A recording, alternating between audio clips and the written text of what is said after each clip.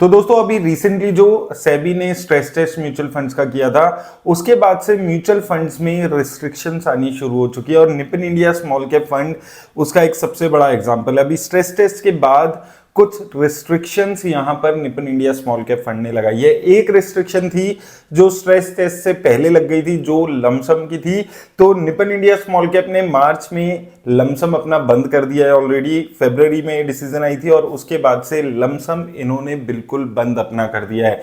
इसके बाद दूसरा जो बड़ा डिसीजन यहां पर लिया गया है वो एग्जिट लोड का लिया गया है। अब यहां पर हुआ क्या है कि पहले अगर आप Nippon India small cap fund में पैसा लगाते थे और आप एक महीने के अंदर पैसा निकालते थे तो आपको एग्जिट लोड 1% का देना होता था।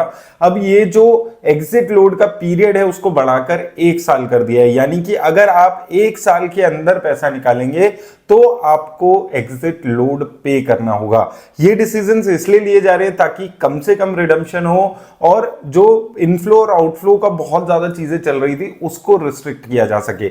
Nippon India small cap fund 46,000 crore की एसेट अंडर मैनेजमेंट रखने वाला फंड है। अगर आप देखेंगे तो एक जबरदस्त रिटर्न्स इसने अभी तक जनरेट करके दी है।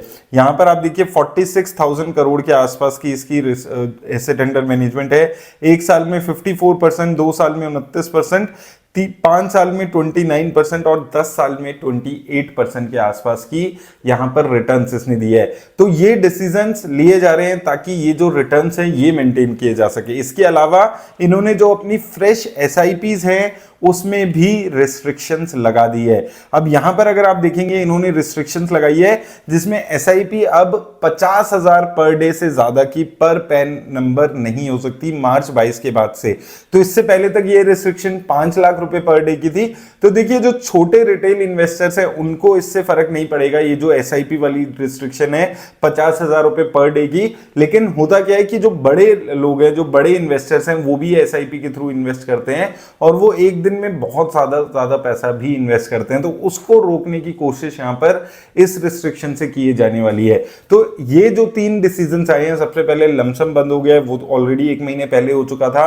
एग्जिट लोड अभी रिसेंटली ये चेंजेस हुए हैं और इसके साथ साथ जो चेंज हुआ है वो एसआईपी में रिस्ट्रिक्शंस का चेंज हुआ है। ये तीनों में से अगर आप देखेंगे ये जो फर्स्ट लमसम वाली जो रोक है उसका बहुत नेगेटिव इंपैक्ट आएगा रिटेल इन्वेस्टर्स पे, क्योंकि रिटेल इन्वेस्टर्स को एक मौका मिलता है जब मार्केट में एक अच्छा खासा गिरावट आती है, कोई क्रैश आता है, अच्छी गिरावट आती है, उस टाइम पे उस क्रैश का बेनिफिट उठाने का। लेकिन रिस्ट्रिक्शन अगर आ गई आपकी लमसम में तो वो बेनिफिट आप नहीं उठा पाते हैं। तो ये एक नुकसान होता है रिटेल इन्वेस्टर्स का उन म्यूचुअल फंड्स में जहां पर आप लमसम बंद हो जाती है। ओवरऑल देखा जाए तो अभी ये जो एक्शंस हैं ये निपन इंडिया स्मॉल कैप में आए हैं और मुझे लगता है आने वाले टाइम में और भी म्यूचुअल फंड्स में ऐसे सिमिलर एक्शंस आपको देखने को मिलेंगे।